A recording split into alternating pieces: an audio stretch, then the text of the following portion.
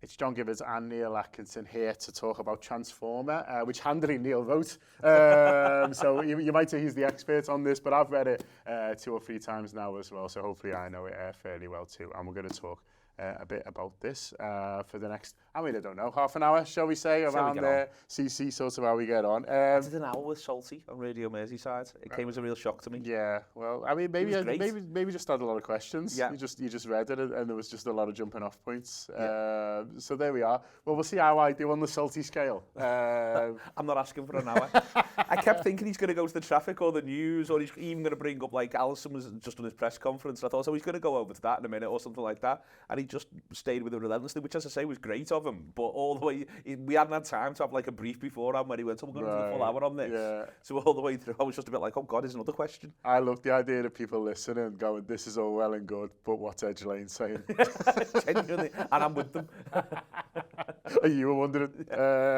Well, I've got no traffic questions or sorts of interjections, but I'm going to start with a sort of a wider one because we work together. Obviously, we know each other very well. For people who don't know Neil sort of as well, which is sort of probably most people, you live relentlessly in the day. Yep. If you're not living in today, you're living in tomorrow. Yeah. You'd rather talk a year in advance than a week behind. Yep. So why have you done this? In part because of that. Like, one of the things that I've most enjoyed from doing the conversations, but also finishing it is, so there's a bit in the book where I talk about the day he says he's packing in. So that's in the book. And there is something to be said for, and I do worry about this with us sometimes, by the time we get to 8 o'clock, I'm like a week and a half along the process that everybody else is that day. Because I've done like 4 interviews about it. We've done our own shows about it. Then we went into the mad thing that we did with Erdinger upstairs in the Red Line where we were live and we all took turns being waiters and being on the show and talking about it and reminiscing. And then I go and do 5 Live, and 5 Live was doing all the sad voice of it's a real bad day for Liverpool and English football. Darren Fletcher was hosting it and they were getting a range of guests on. And then I just went on as, fuck this, it's finished now, let's get on with the next fella.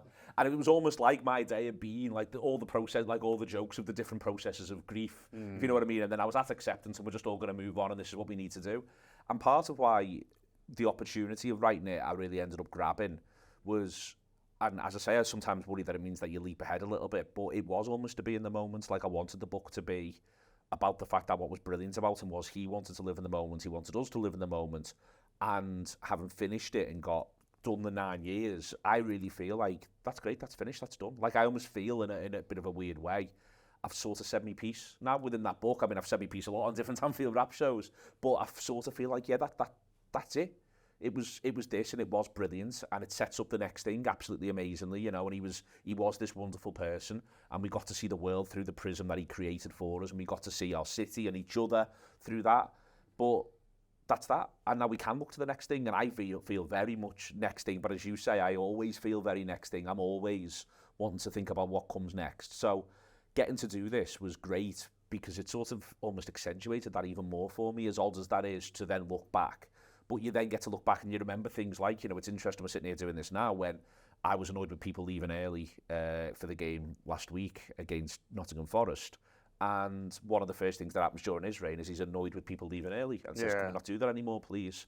So, you know, these things do come back around. The themes are there. But no, that's part of why I am made up to have done it, is because it was an incredible 9 years. And on a personal level, for me, it means I can sort of like put the line through it and go, right, not through it, but at the end of it and go, that was that. And it was something that was spectacular. But now let's get on. The start of it's interesting. There's a line from a musical. Let's start at the very beginning. It's a very good place to start. You don't. In fact, you do about sort of 8 or 9 full starts, which I enjoy, and talking about I could sort of start it here and here. And for me, I really liked it because it's a reminder that, you know, there isn't just always a clean start and a clean end, and things sort of blend into each other. And we'll talk a little bit about that in Jurgen's first season as well, sort of going the other way. But what it reminded me of when you were doing these sort of, what was kind of false starts really, and especially when you talk about things like Melbourne, which I know me and you talk about that, it was, for me, what really comes across in that is there was a lot of problems that Jurgen came into, and there was a lot of reasons maybe not to take the Liverpool job, but there was this huge potential, a huge amount of energy, a huge amount of, I don't know, sleeping giants is sort of maybe the wrong phrase. There was just sort of so much there for someone to a special person for someone to potentially harness, and that's kind of what he realised very quickly as well. Yeah, I think that will always now be the Liverpool thing.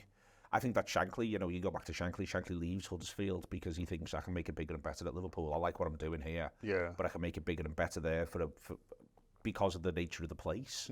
At that point, there wasn't even it was a team that had won the league in 46, 47, but it was in the second division, and there is this sort of sense that he feels like if I can make it there, then it'll be spectacular. And I think that with Jurgen, I think there was no better invitation to the footballing world than 13-14 in a way.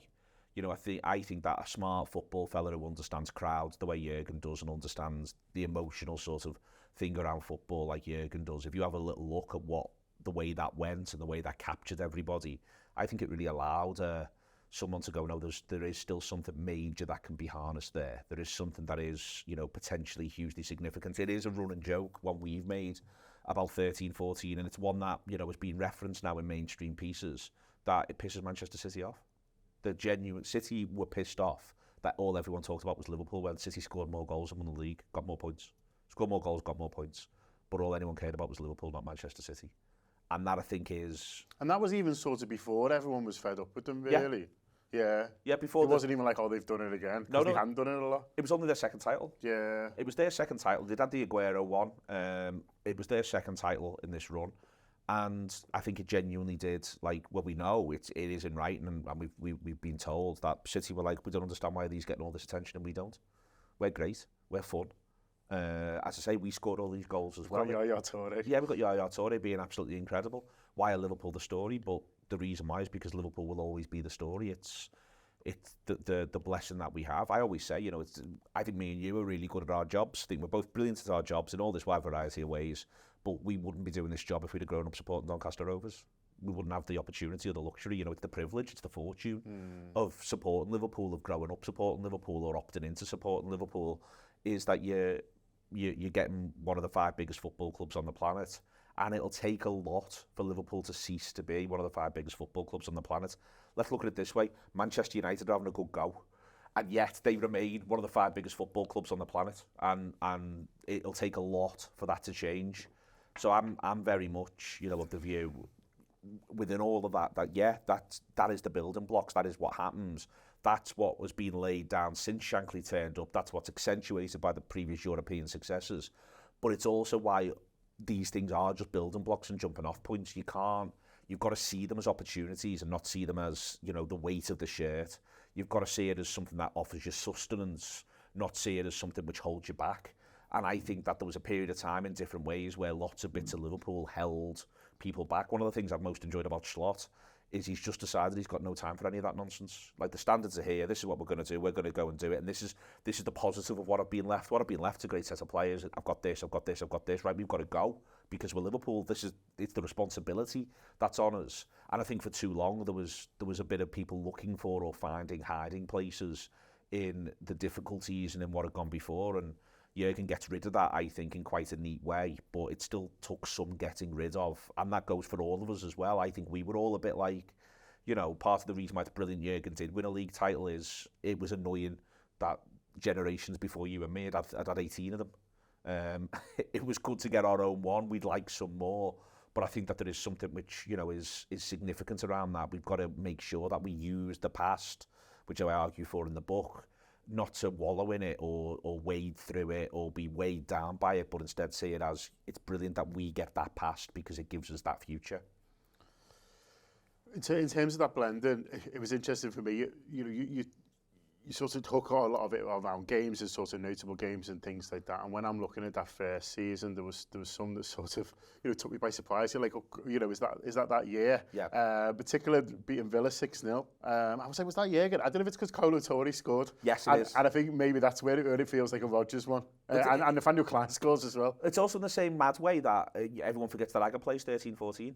Like, that thing doesn't feel right. Like, there's players that sort of straddle eras, and none of it feels like it quite fits. I mean, Kolo started the European final under Klopp. That's right. And there's loads of bits, I think, of 15-16. I love the 15-16 DVD. Me and Steve Graves used to watch it pre-match in the Albert by the ground. We just sort of go in and he'd have it on. And firstly, we play some great stuff at times. We also play some abject stuff. Yeah. But you could see where it was coming from, and you could see that it was beginning to boil up. And it nearly included a couple. It was a difficult pick in the 19 games and wanting them to be quite evenly split between the pre and post pandemic time. It meant a couple of hard choices. There was a bit of me that sort of really considered doing the 4-1 away at City and dropping that in. But I just ended up with such an amount of City elsewhere. I didn't want to sort of label. And also, it wasn't Guardiola's City, that one. It was pre-Guardiola. So it wasn't quite like what was gonna come. But there's loads, that 15-16 season, I think there's loads of really interesting, quite mad games and quite sort of insightful games in terms of what was going to come next. A brilliant second leg against Villarreal. I actually watched more of that back than I possibly should admit. They're absolutely brilliant. You know, it's a genuine... Again, it lays... but it lays the groundwork. It lays the groundwork and for what is to come. But I think the other thing about when you say lays the groundwork, I think you've got to be careful not to put the cart before the horse on a lot of it. Like, I think the manager's absolutely incredible. But I think he's continually realigning himself as he achieves things and as he realises the ramifications of them. I don't think it's as simple as he thought, well, I've laid... I don't think he walks off the pitch after Villarreal and goes, that's the groundwork laid for when we're back in the Champions League. I think instead he's not even aware of what the Champions League could bring at that point. He probably thinks he's seen the size of it with the Europa League run, and he hadn't, what it could do for the whole club. So I think that there's loads there where another important thing, I think, having looked back at it and looked at it a bit, tried to look it through his lens and also everything else, is there's a lot of things that we sort of act now were inevitable because it was Jurgen Klopp and it was Liverpool. But there's loads and loads of turning points where he mostly picks the right way, or they pick the right way, or they show him the right way and he goes, yeah, all right, let's do that then. Because that's what good management is. That's what being a good leader of a football team is sort of getting to go from time to time.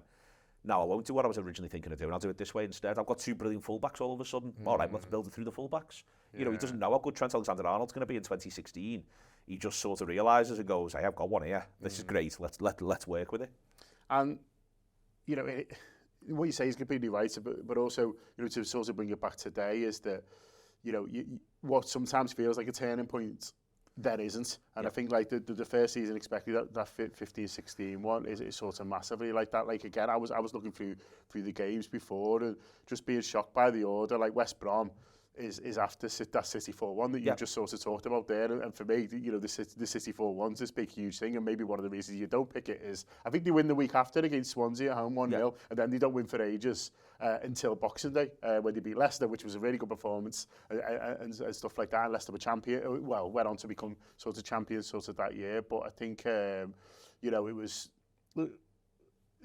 a good reminder for now, and we're sat here like the week after you've just said that the game against Forest, and you know, before that we would all fly, we'd won 3, and since then they've obviously sort of beat AC Milan, and we'll see how we get out the weekend. By the time this comes out, you'll probably know. But I think, you know, it is a reminder that, you know, these things that maybe turning point is the wrong sort of phrase, because if it doesn't, if you have a bad result after that, it doesn't mean that the good result wasn't worth something. Like, it doesn't mean that going to Old Trafford and winning 3-0 can't still be defining of something this season, even though we lost the next one. Yeah, absolutely. And I think that because that's in our heads, because we're humans, we just think everything should be linear.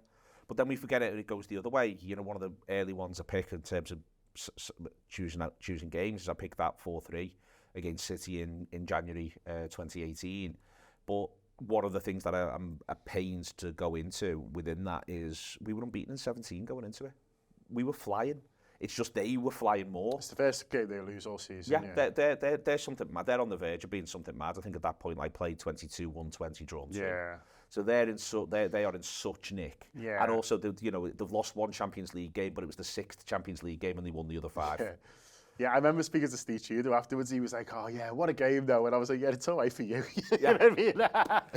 He had the confidence of a man who knew he was going to win the league anyway. So you know, he was like, "Oh yeah, but what a game of football!" Exactly. And I'm like, "I'd love to get like that." Yeah, what a feast! Exactly. What a feast for the senses. But genuinely, though, because they were that far clear. But we were so in everyone's heads, and the way the commentary goes on that, and the way I think a lot of it's been remembered is it was a bit of an arrival point for Liverpool, and I think there is definitely truth in that. I think it was so important for Liverpool to show not just that they could beat Man City, but they could really hurt them. Because that's what that game is. It's 4-3, but it's 4-1 with 10 to go. So it's saying we can really hurt you, and that's very important. But I think that the other thing in it, though, is in everyone's heads was always a real arrival because this team, it needs to prove X, Y, or Z. It was 17 unbeaten going in. It was proving things. But then in our heads, we do it that way around. And to your point, that's why this stuff, it isn't linear. Both it isn't linear at the moment when you're going through it, but it isn't linear in the remembering of it either. So it may well be at the end of this season, you know, you're absolutely spot on. Like Liverpool, for all we know, could go to all the other big 6 grounds and not get beat. And we then maybe almost play down the United one in a way. Well, it came off the back of this, but it might be that, you know, when the manager's just said off the back of the AC Milan results, it was really important to go and impress in that sort of stadium with that many people and play, not just win, but play our football and dominate in the way that we did. And he was very emphatic about that. And I think that the point there is, you know, you've now done it in front of 75,000 at Old Trafford. You've done it in a 60, well, there's only 60,000 there in the San Siro, but you've done it now in front of 60,000 in the San Siro.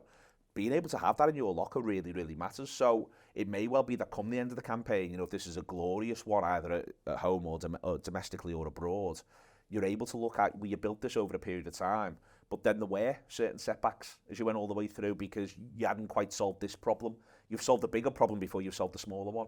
And that sometimes happens to football teams. And I think, again, there's definitely an element of that all the way through with Klopp. And also, you might solve things at times that you didn't think you were going to. You might be ahead of schedule in one area, but you might be behind schedule in another. And you know, again, this is why these fellas are smart, but also why the best ones, I think, are always constantly remind you that it's as much art as it is science. It's as much a game with bits and pieces of chance that you're trying to manage as it is something where you can control every last aspect. Even Guardiola acknowledges he can't control every last aspect. So therefore, at times you are rolling with the punches, and I think you can see that in everyone's recruitment. The number of times our players either a bit, we always focus on bad signings, but there's some, because we think all signings are expected to be brilliant. Some players come in, and for every club, they're a bit better than anyone thought they were going to be. Yeah. Or they become a different player. Havertz at Arsenal's another really good example of that at the minute, where it looks like Arteta's just gone, I wasn't quite sure where to use you, and now I'm just using you at number 9 because it just makes the most sense. It suits you. And we now run with that. That's now what we've done, and we've shown it works. You know, there's elements where all the way through, even the ones who try to make it the most look like a science, when you actually drill into what they're doing, there's times where they're just trying something for a bit and they go, that's worked. Let's go. Let's now use that to pull along. And I think that that's a really important part of football management, is not to be dogmatic. Even the ones who are, you know, and Klopp is about a certain style of play, very, very idealistic, but even the ones who are really idealistic know that certain times the pitch takes you in a different direction. You've got to go with it. I want to talk to you a bit about the timelines, sort of to go back a little bit, because you do these timelines at the start of both parts, and you do a lot of football results, but interjected with things that are going on in the world, things that are going on in politics, album releases, Hold Steady playing in London. What's the sort of thought process there? So first and foremost, I think it's been important to us in everything that we've done to sort of act as though it's a really weird thing to produce sort of 14 audio shows and 10 videos a week about, broadly speaking, predominantly one football team and certainly almost all one sport, to then say football's not the most important thing in the world. But football isn't the most important thing in the world. More that all the way through, there's an argument in the book that one of the things that football offers us is the hooks on which we remember events in our lives. Yeah. And that's what the timeline is sort of there for, to remind you of, you know, I can't remind the reader of his or her child's christening because I don't know, but I can remind them of the matches, and I can remind them of world events and of sort of cultural events, and some that matter to me and some that, you know, I've got sort of a broader stretch to the rest of the planet in a number of different ways. And it's that idea of you'll hook this in. The first draft had the whole timeline at the start of the book. So it was about 80 pages of timeline, and the publisher and editor were a bit like, we can see what you're trying to do, but Christ, there's a lot of this. You've just whacked a full table. And so then it got broken up into the parts to then set that up. And as I say, therefore, give the reader the room to remember. And then slap bang in the middle is the period where the country's locked down and the football's locked down, and that's sort of dropped into the middle of the book because things happen during then, but you don't have the same hooks. And I think that's a really important thing. I think the hooks that we have for our lives, they're social. You know, one of the greatest gifts this whole thing's given me, and that you've given me as well, is how intensely social football should become all the way through. And so when people are removed, which is the argument during the lockdown football, I don't really go into much detail of any of the games during that period. It just all matters less and it means less. And what I wanted it to sort of have an element of was, you know, a little bit of what's gone on here on a very personal level, hopefully for the vast majority of people, A, listening to this and B, read the book. There is like a social history, but it's also a social history of your life. Because you will remember, you know, within that, you'll remember the other things. You'll remember other important dates to things that happened to you. But part of how you'll remember them is that, you know, in the back of your mind, you'll remember what happened the week Emre Can scored the overhead kick against Watford. Like something else. I was on a stag do that weekend. There you go. Yeah. Came back to Liverpool and got straight in the car and went to Watford. There you go. And that's a great example of literally, and you remember the stag do better because of the event, and you remember the event better because of the stag do. And all of that's what we do all the time. And when we lost that, I think we lost a real sort of sense of almost of who we are. I think it's an intriguingly flattening period. And I understand that for some people it was, you know, I'd like to read more on the whole thing. I still don't think there's that many sort of excellent studies / histories and very few, obviously, books, sort of fiction or non-fiction written about it. But I think there's a thing where we lost that. For some people, it was a retreat into something because the rest of the world was a difficult place. So I've got sympathy for those people and I understand that. But for those of us for whom the rest of the world is what gets you through, in losing that, you sort of flattened existence a little bit in a number of different ways, along with the obvious sort of tragic and loss of humanity aspect. It flattened ongoing existences. And I think it's important to put that over. I think that because we don't acknowledge that, we miss that. But then you've got to therefore put over the light and the dark. You've got to put over all this stuff, then you've got to put that over, and then you've got to put this. And I just sort of wanted that. But the other thing that I wanted as well was, because the book is, you know, Frank's quote on the back is really kind, but it is discursive. What I wanted, and I've actually missed a couple in hindsight looking back, and I'm a little bit annoyed at myself, but I almost wanted everything that gets mentioned also gets mentioned in the timeline. So that's the reason why the Hold Steady gigs in, is they don't actually, I mention them when I'm talking about what we do around live performances and what we're trying to evoke, but they don't actually put a record out that is one of their better ones during that period. So I mention the live shows, and I'm trying to, almost everyone who becomes a character within the book gets a mention in the timeline, if you see what I mean, apart from us as supporters, because the idea is we're in the games and that we're going to the games, so we're attending there. So that's what I was trying to do with that, and have that sort of piece of storytelling all the way through. That, you know, all this other stuff is ongoing, and this is ongoing, and your life is ongoing, and that's the way in which it works. That's the order. Yeah, it makes a lot of sense, and I think one of the things I really liked from the timeline, or I got from the timelines as well, was a reminder to me just how much I don't know, I wasn't alone in this, but, you know, taking for myself, like, tried to make sense of what was going on in the world through Jurgen Klopp. And I think, you know, he was obviously a huge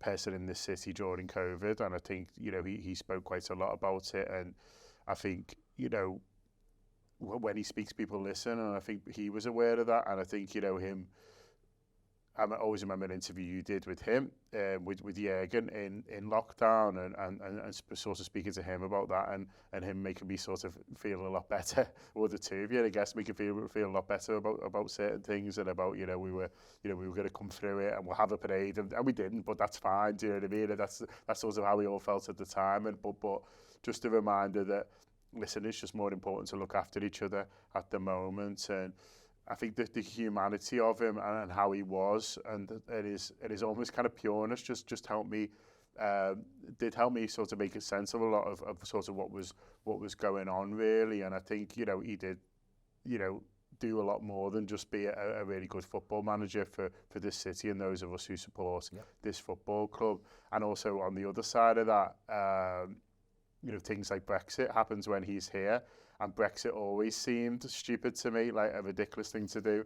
And then you see Jurgen talk about it, and he, you know, and it fucking just seems really dumb now. Do you know what I mean? Because Jurgen's like, what on earth are you doing? And then also he's literally a European coming here and making Liverpool better, like so many of them do. And you talk about that in the book. There's so many people who come to this city and improve it, and he's the best example, but there's so many of them who aren't as famous as Jurgen Klopp, who were just here doing jobs and being part of our society and making our culture better and making it richer. And that was always kind of like the other way, where he was always making it harder. In a way, you make COVID easier, for those of us who voted one way in the referendum, sort of tougher, because you're like, well, now it just seems fucking really dumb. Because he's gone out and said it. I think the interesting thing about that, though, is, for instance, in the timeline, he talks about it properly, publicly for the first time in about 2018. So he doesn't do it when it's sort of live, but I think that's in part because he does a run of interviews prior to when we're doing brilliantly in the Champions League in the first half of 2018, that culminates in what happens at Kyiv. And I think that's sort of where if I say he finds his voice, that's wrong. I think he always had his voice. I think it's where people had the capacity to ask him different questions and listen for the first time. And I think that's also where that voice, I think, sort of grabs the nation a little bit. It was always Adam Media's observation that the number of news bulletins in this country on a Friday that would end with Jurgen Klopp because he'd said something in his press conference, it didn't even have to be much. It was almost as though bits of the nation just wants to hear his voice. It was one of the oddest things about him stepping down. And I think when Guardiola goes, it'll be similar. But I think apart from that, there really isn't another manager/football voice this century, really, that's quite resonated in that way, where when he goes, the day he goes, it's the top story on the news. Like, it's not the top story on the sports news, it's the top story on the news. He became that much of a cultural figure, I think, from sort of 2018 through the pandemic period, where I think a substantial portion of the nation felt he spoke for them.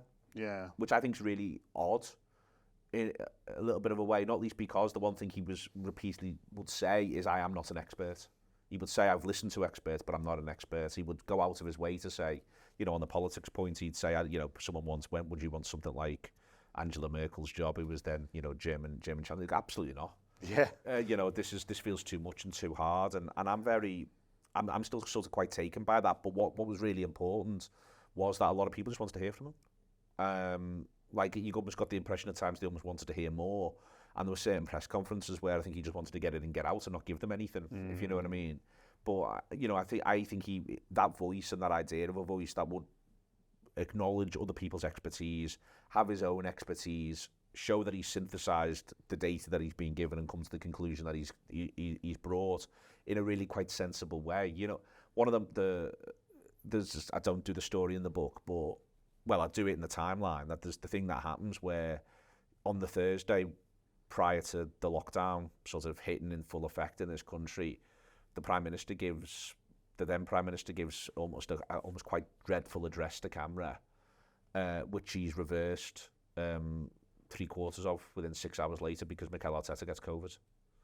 And that difference between the way in which that person and people like him in that field spoke in that period versus how Jurgen would speak would just be marked. Yeah. And this is the other oddness, which is that we actually are in a situation where it feels as though, we put all of our managers in front of cameras and get them to be asked quite difficult questions by the press more often than it feels as though senior politicians have to. And that's weird when you actually stop to think about it. Why is John Coleman doing more interviews than Boris Johnson? That's just weird. Yeah. But it's also true. Why is there more of an explicit bit of being held to account? If Accrington get beat, he's got no hiding places when the fella from the local paper comes over. Can't hide in a fridge or whatever it was. Can't hide in a fridge. But I think that difference, so I think it did chime with people. It's why I think he is.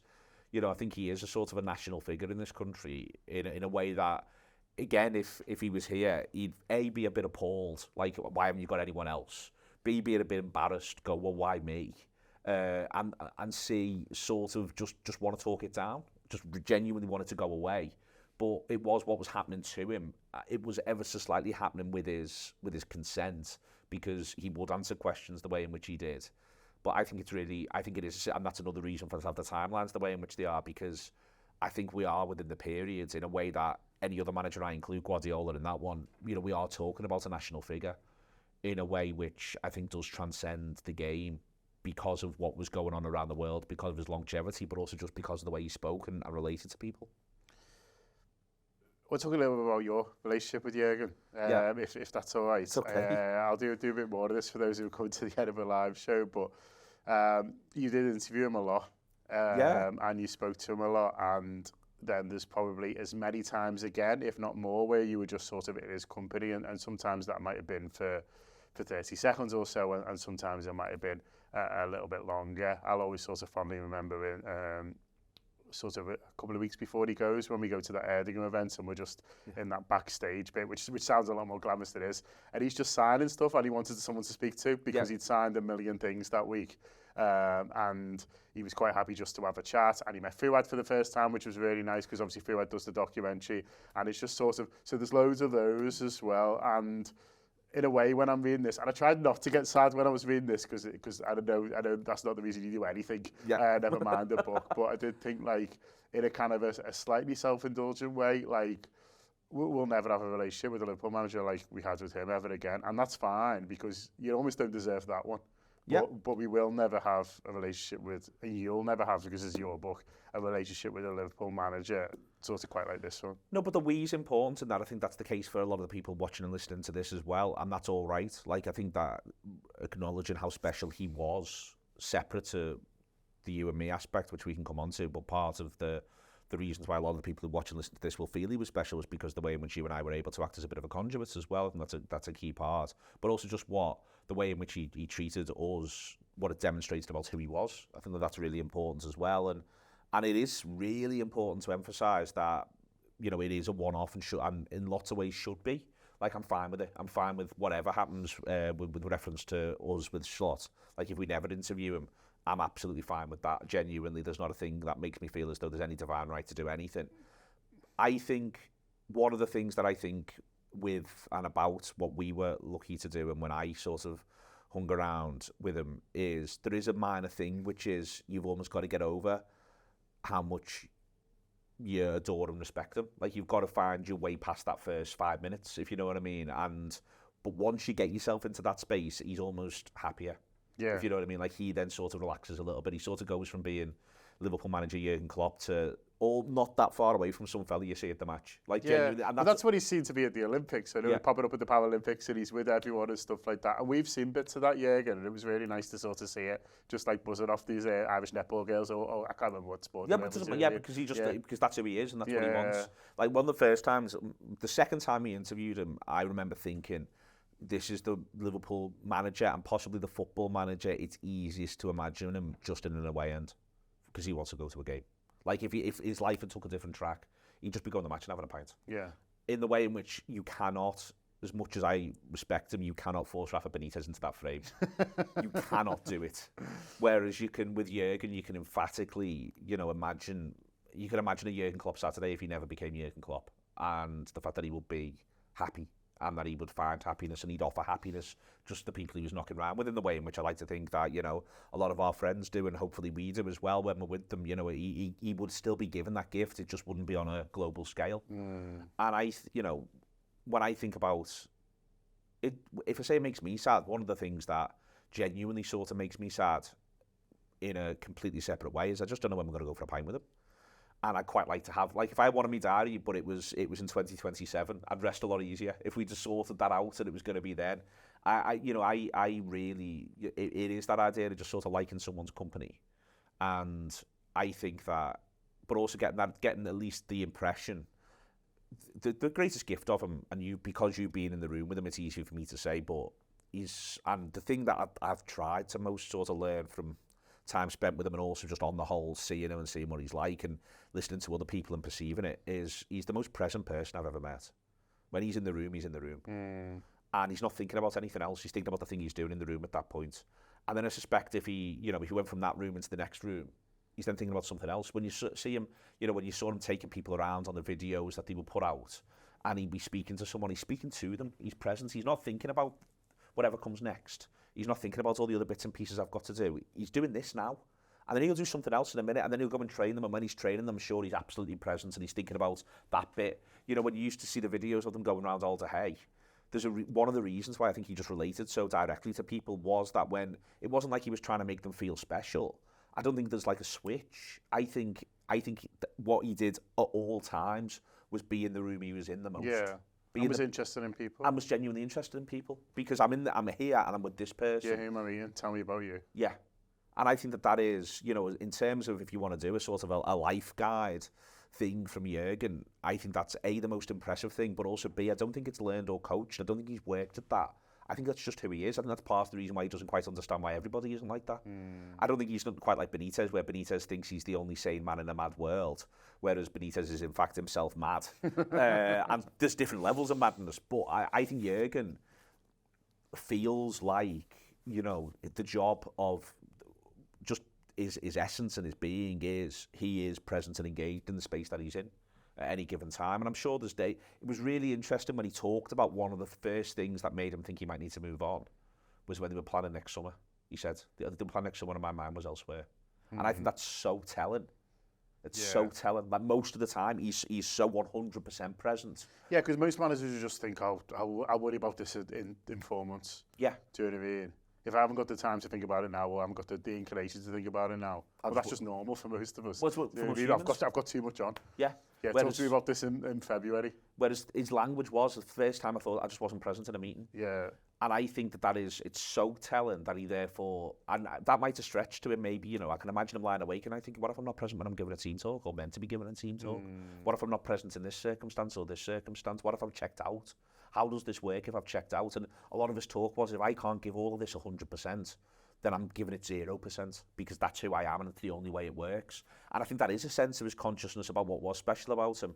But I think he also feels like that's what the whole thing is. And having been around him in all those little moments, you know, we all had a minute or two when we got him for that hour.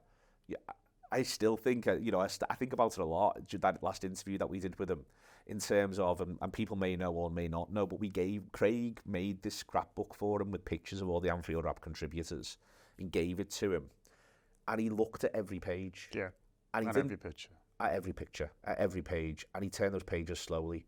And I was like, this fella's, in the back of my mind, I was thinking, this fella's great, but I've got an hour for this fucking interview, so keep crack on. His idea was this book, yeah. Put it away, look at it later. Yeah. And he then set it down so gently, and he turned to Craig and really sincerely went, I'll remember that for the rest of my life, thank you, and was genuinely moved and touched by the whole thing. And in the back of my mind, genuinely, because we've got our job to do, we've got our hour, I'm like, fucking hell, Eddie Hope's here. And, but who he was you give him something like that, he was asking questions about people as it was going. He was asking what game's this, And you know, genuinely, and we never sort of captured that because the point of it wasn't that it was for. It wasn't content, yeah. No, it was personal. And then afterwards, I had sort of a little chat with him, and you've always talked about some of the things he said to you, and you know, I just said, listen, I've just really got to say thank you. And he said, well, I've really got to say thank you. And I was a bit like, I'm having a thank you off here. I was like, no, really? Really? Yeah, like two drunks trying to buy a round. It really, no, it's mine. You know what I mean? I was there for about 30 seconds and I'm thinking, am I making a fool of myself here? Am I being, again, going back to that mode of, you know, he's the Liverpool manager, but I think that's the person, really, and all of that was genuinely sincere, and then up to and including the moment on the pitch when he doesn't respond the way in which I think we all thought he would, and I think he thought he would. Yeah. Instead, I think there was almost like a moment of liberation, and I think the way he looks since, you know, I sort of now, I think it's interesting because I got some feedback after feedback/criticism after one or two of the pieces of writing. People just email me back sometimes, and it's fine. Like, and I do read them. I don't always respond to them, but I do try to read them all.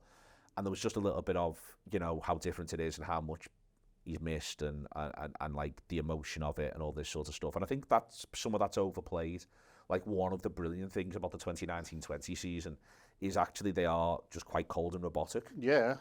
You know, the idea that every single match was some sort of emotional ding-dong and that's what Jurgen wanted, absolutely not. What he wanted was a team of killers who were just going to go and win that league title. Quite a lot of weeks where they didn't play that well. Yeah, and they just turn up and they just win.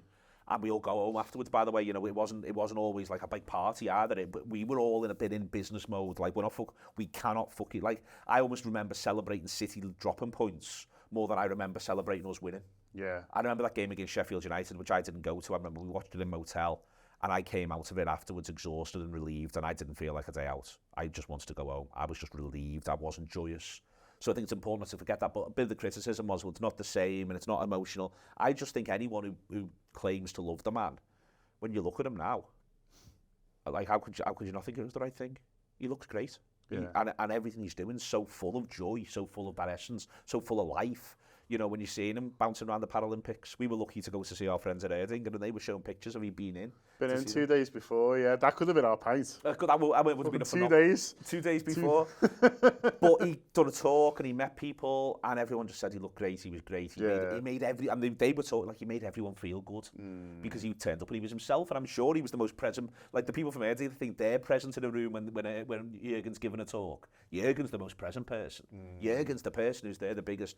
And I think I genuinely defy anyone to look at him now and not say he did the right thing for him. Yeah. And it might not be the right thing for us. We'll see that in the fullness of time.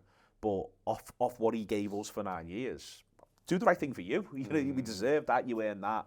And yeah, it would sort of be nice to see him at some point and have, you know, a bit of quality time and genuinely sort of have a drink. The thing that he said he missed and never got to do. It would be nice if that could somehow work. But I just think all in, with the way the whole thing went, you know, I think he's timed his run to perfection because he has these innate gifts that he doesn't even know are gifts in terms of knowing how best to relate to people and also understanding himself in the context of people. So we haven't got a pint with him, but has he got the book, do you know? Have you managed to get one too? There's one with his agent, so hopefully, and supposedly he said, but you never know with these things. So I'm quite, you know, we'll see. He can have a read of the book. You might hate it. Imagine that. I don't think you will. I think he'll tell you off for something. I think there'll be some element of it that you won't agree with. I think you'll think there's too much him. Which I'll have to say, listen, the publisher insisted. I had more Holsteady in the original draft, but they said something's got to go. Yeah, and I am much more discursive nonsense, and they insisted that you bring it back to the football if you don't mind. Yeah. So yeah, I think he'll think there's too much him. Yeah. And I think he'll think, I think that would probably be his overarching criticism. Is those lads were great as well, and I'm like, yeah, they all got at some point their own chapter. Yeah. You know, it was a thing that they all got their own chapter at some point. Salah's got a couple in there. There's a Firmino one, Origi's in there, Mane. You know, one of the things from doing the book, more than Mane in 2019. Is it comes across, it's fucking unreal. When you look back now, he scores 34 goals. Well, I think there's a bit in there where you say this is the best year Liverpool have ever had, and he was the best one. Yeah. And that sort of really sums it up.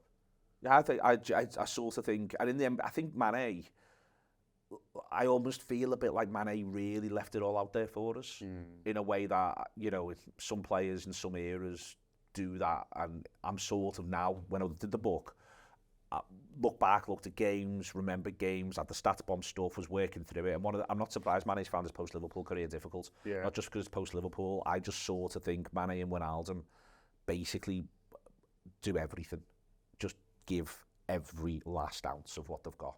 But I think that says a lot about them, but I think also they recognise the moment. Yeah. They recognise that, fucking hell, look, this is everything I've been doing, it's been building towards now. And there's a Rob Gutman thing, which is slightly mad, which is that basically he wants Liverpool to be everyone's biggest gig.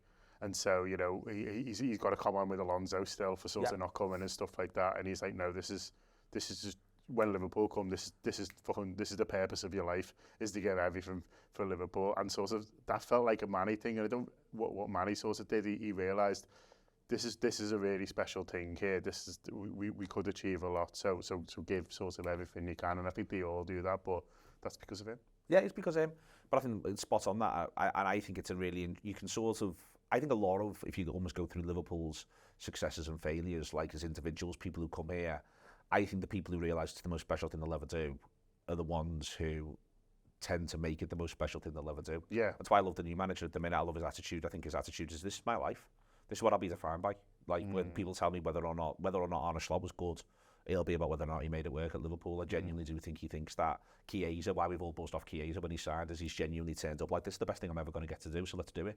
And it's why we're all desperate to see him play, and we'll all be desperate to see him succeed.